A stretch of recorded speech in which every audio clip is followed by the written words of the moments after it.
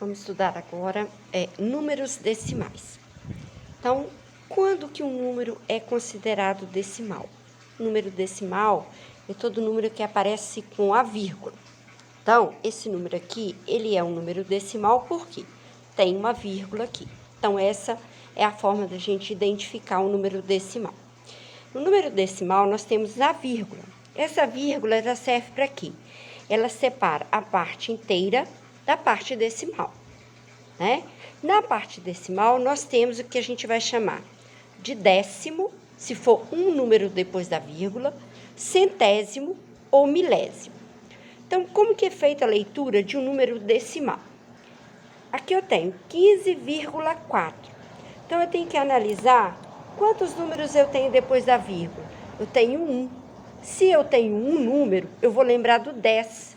10 tem quantos zeros? Tenho apenas 1.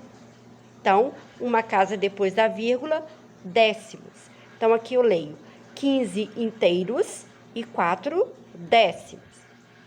2,57. Eu tenho 2 números depois da vírgula. Então, eu vou lembrar que o 100 tem 2 zeros. Então, se tem 2 números depois da vírgula, será centésimos. Leitura: 2 inteiros, 57 centésimos.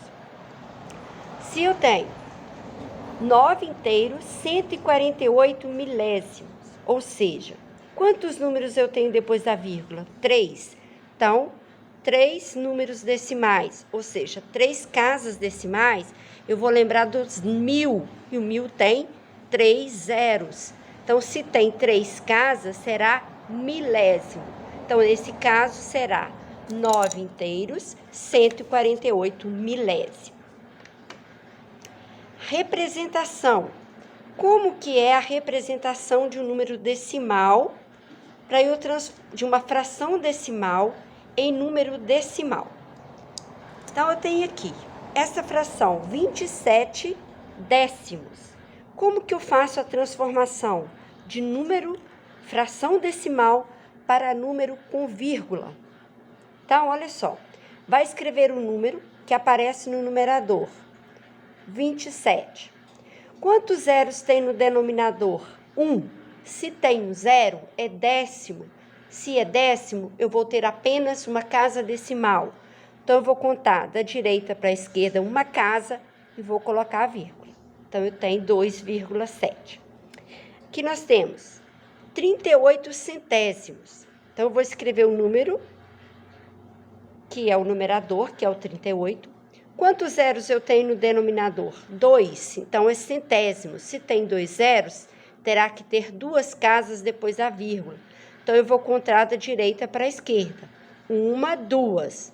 Então, eu vou parar aqui e acrescentar a vírgula. Posso deixar dessa forma? Não. Então, eu vou colocar aqui o 0. Então, nesse caso, eu tenho 38 centésimos.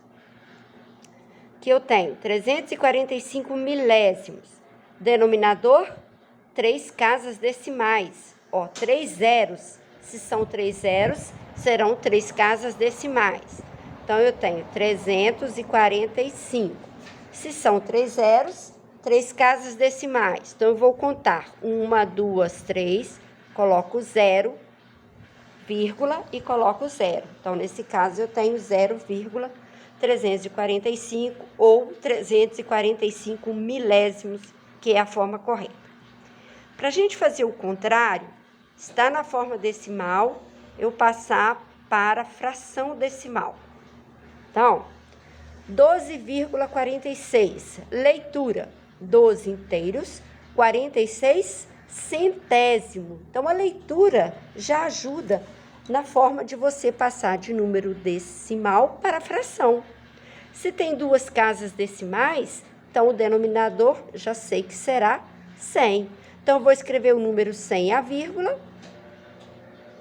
e o denominador será de acordo com o número de casas decimais. Então, eu tenho 1.246 centésimos. 0,50. Eu vou escrever o número sem a vírgula. 0 à esquerda não tem valor. Então, eu vou escrever o 50. Quantas casas decimais? 2. Se são 2 casas, denominador 100. 1,4, ou seja, 1 inteiro, 4 décimos. Vou escrever o número sem a vírgula, né? Quantas casas decimais? Uma casa. Então, o denominador, 10. 1 inteiro, 4 décimos, é o mesmo que 14 décimos.